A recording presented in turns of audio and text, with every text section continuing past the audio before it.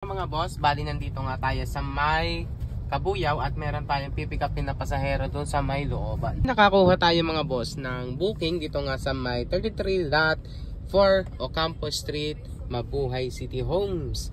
Bali dito to sa may Kabuyaw, tapos ang payment naman niya mga boss ay cash. Then dadalhin naman natin ay dito nga sa may Rupa, Calamba City, Laguna.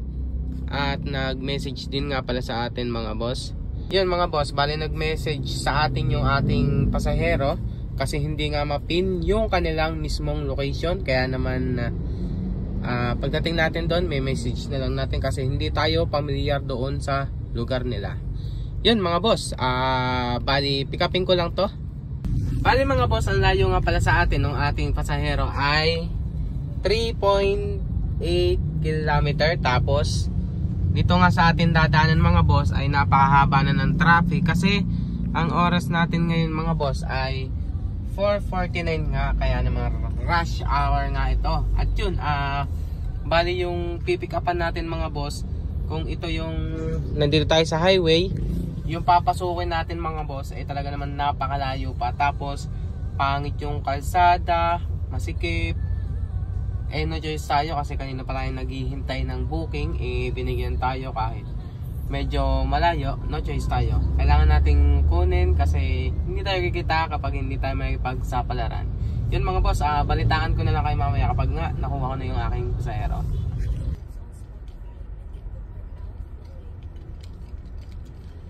Yung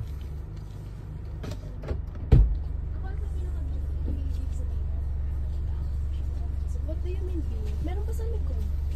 Oh my God. Kailangan ng dalawa sa likod. Sino gusto sa likod? Paano mo na i-ano yung car? Para dun, di mo hirapan. Ayan na, ibababa niyo. kaya, ako na lang po.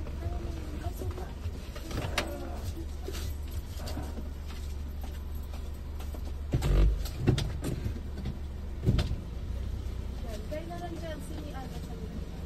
Gusto kami si Mark.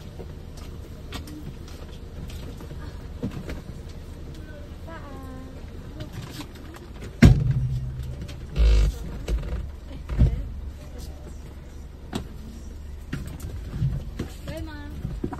Bye, tita. Bye, tita.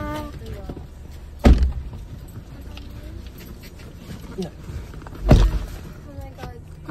Janiela po. Po? Janiela? Janiela? Janelle pa. Janiel ba? Kuya, doon po ba tayo dadaan Saan sa po? Mamati Jollibee? Pwede naman po. Kasi may dadaanan pa po kami doon, isa lang. Okay na. Sige po. Mamati Jollibee. Okay.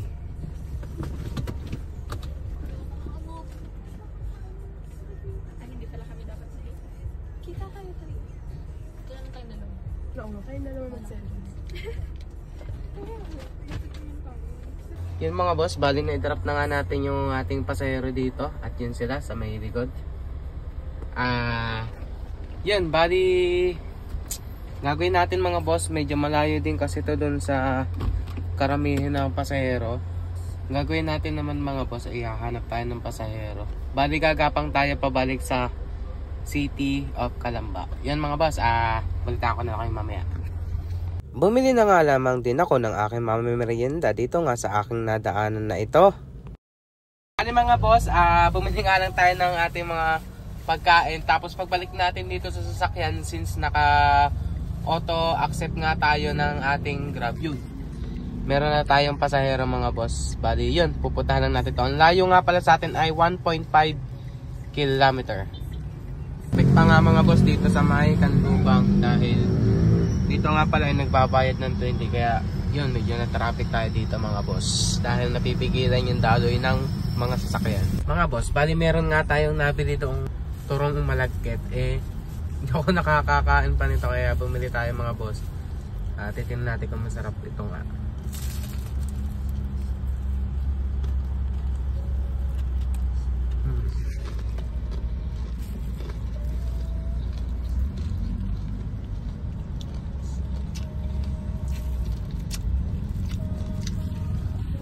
Ang lasa niya mga boss ay para lang din suman.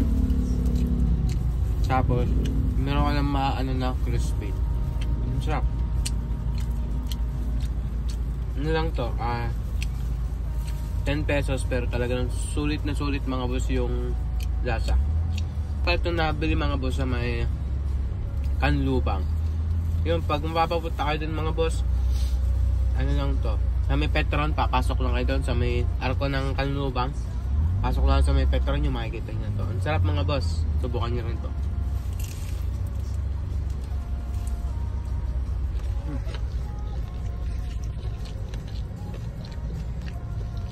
Yun mga boss, bali nandito na nga tayo sa Binyan at yun, check lang natin kung magkano yung ating kinita ngayon. Nagsimula nga pala tayong bumiyahe, I think mga 3 PM na. Yun, bali kumita tayo mga boss ng 1,165. Yun mga boss, bali dito ko na lang din puputulin itong video ito. Maraming salamat sa panonood. Ingat!